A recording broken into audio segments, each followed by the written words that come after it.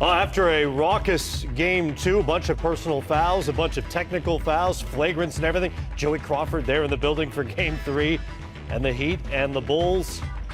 There's LeBron. Shot clock winding down and the King winding up. Didn't really get into a good offensive flow for most of the night, though. Some of that had to do with Chicago's defense. Some of it was just LeBron. Boozer misses. Joakim Noah back to Boozer for the dunk. We're tied up. Noah from Nate Robinson. That's that little man, Nate Robinson, creating space, creating opportunities for his teammates. Robinson and Bellinelli, neither one is really a point guard, per se. But they accounted for 13 assists between the two of them. Then things got interesting here. Chris Anderson, a foul on Robinson, falls on him. Maybe that's intentional, maybe it's not. No, man, that's not intentional. He blocked the shot, he fell on him, which was maybe lingered a moment. I don't know. No, he didn't linger. But Joakim Noah comes over and pushes him. It was unnecessary. And that was unnecessary. Yeah. After what happened in game 2, you're just asking for trouble at that point. I mean, Chicago has to do it. Now look at that. Now this is my question. You got Carlos Boozer, you got Teague on the court. Yep. Marcus Teague. But it wasn't a foul.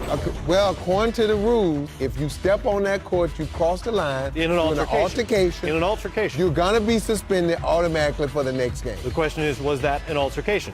This is an altercation. This is altercation. That's altercation. That's Nazir Muhammad inexplicably shoving LeBron James, who had picked up the technical foul after this foul. First of all, why is Muhammad fouling James in the open floor on a 3-on-3? Stop the break. What? I mean, but look, you know, it's Nazir Muhammad's fault.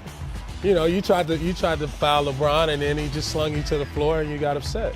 And that's what you got to have. He's like, get off me. You're a big dude. Get off me, dude. Get off me. And you got to have your composure, and that's where the Bulls didn't have the composure. I think Nazir was more upset that LeBron James threw him to the ground like a right. That's what I think it was. End result, a technical foul on James, and Muhammad was done. Bellinelli knocking down the 3 there. Chicago up by 6. They got a little fired up after that incident. Building had a little buzz to it. Chris Bosh knocking down jumpers all night long, and he carried them offensively. My old player, Chris Bosh, the guy that we never talk about much, but Eric Spoelstra always gives him the credit that they're only going to win when Chris Bosh plays well. He had a double-double at the half, and then Shane Battier knocks down the 3. Courtesy Bosh, we're tied at 48. I know we're here to play a basketball game, to try to win a basketball game, and all the extra curriculum is not even really needed. But if it's here, you know, we accept the challenge. Challenge accepted, he says.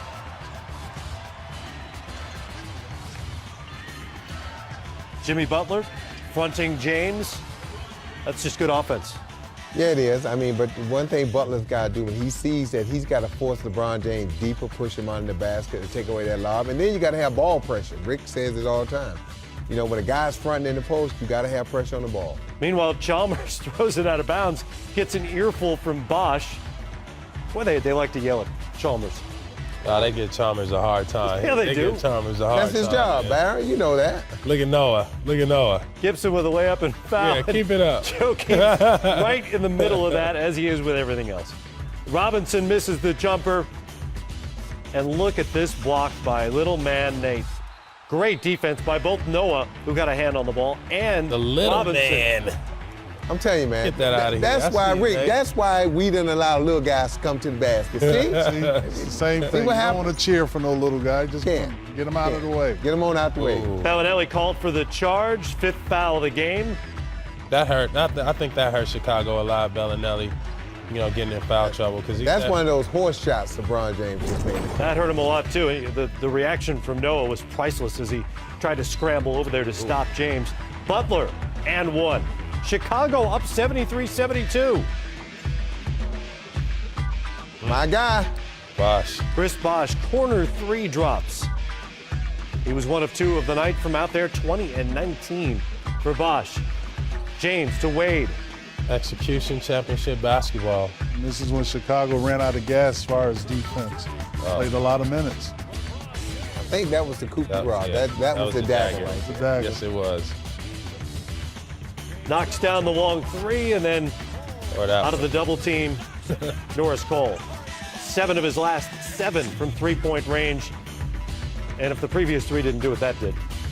Miami's bench played really well tonight. That's no defense for that. There's just no unstoppable. Miami wins it 104-94. They shot 50% on the night. And what felt like a physical, defensive kind of game, it doesn't show up that way in the box score.